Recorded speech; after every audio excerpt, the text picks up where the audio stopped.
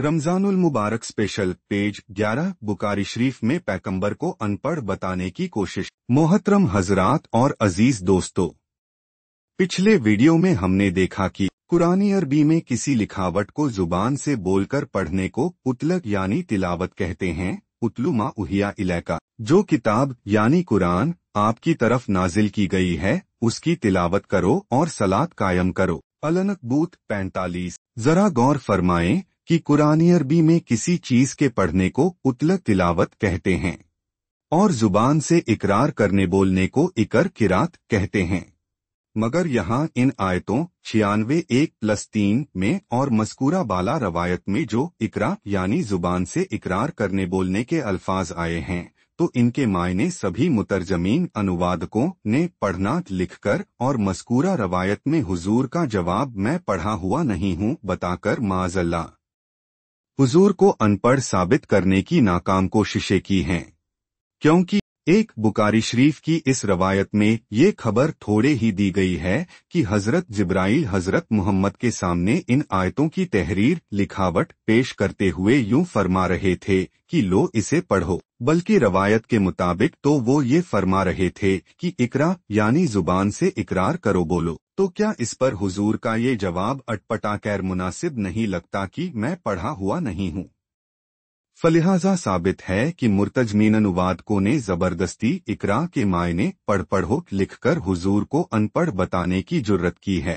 हालांकि कुरान पाक के मुताबिक आप कुरान पढ़ते भी थे और अपने दाहिने दस्ते मुबारक से लिखते भी थे, और ए पैगंबर आप इस कुरान से पहले ना तो कोई किताब पढ़ते थे और न किसी किताब को अपने दाहिने हाथ से लिखा करते थे।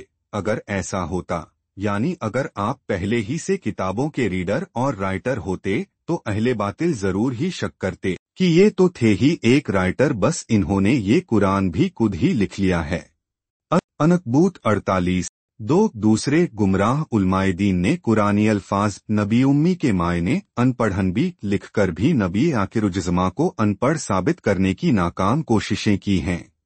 हालांकि कुरानी लफ्ज उम्मी का हरूफी माद्दा अलिफ प्लस मीम उम्म है, जिसके मायने अम्मी यानी माँ के हैं, उम्मुल किताब यानी किताब की माँ सूर अल-फातिहा। इस तरह कुरानी अल्फाज नबी उम्मी के हकीकी मायने मावालान भी है, यानी जिसका बाप जिंदा ना हो, जो यतीम हो, और उस जमाने में जो यतीम होते थे वो अक्सर अनपढ़ रहते थे, इसलिए उस वक्त उम्मी का लफ्ज मजाजी मायनों में अनपढ़ के लिए भी इस्तेमाल होता था। तो बस लफ्ज उम्मी के इन्हीं मजाजी मायनों का फायदा उठाकर दुश्मनाने भी ने रसूल पाक को माज़अल्लाह अनपढ़ जाहिल बताकर आपकी तौहीन करने की नाकाम कोशिशें की हैं।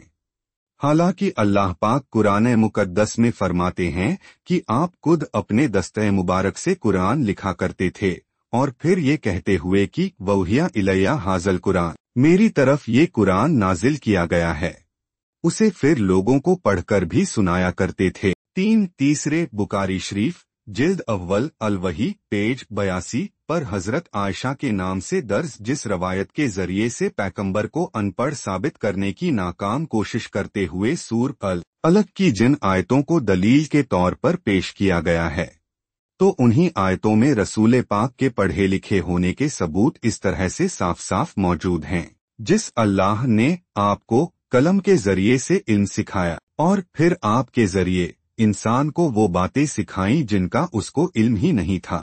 अलग 4-5-4 चौथे अल्लाह ताला ने कुरान पाक में काफिरों का ये इल्जाम भी बार बार दोहराया है कि इस कुरान को मुहम्मद ने खुद ही लिख लिया है, तो इससे भी साबित है कि रसूल पाक पढ़े लिखे थे और ये कुरान के काफिर कहते हैं कि ये कुरान तो महज पुराने लोगों की कहानियां हैं जिन्हें इस मुहम्मद ने खुद ही लिख डाला है और फिर ये इसकी निगरानी में सुबह शाम यानी रोजाना बदस्तूर इमला कराया जाता है।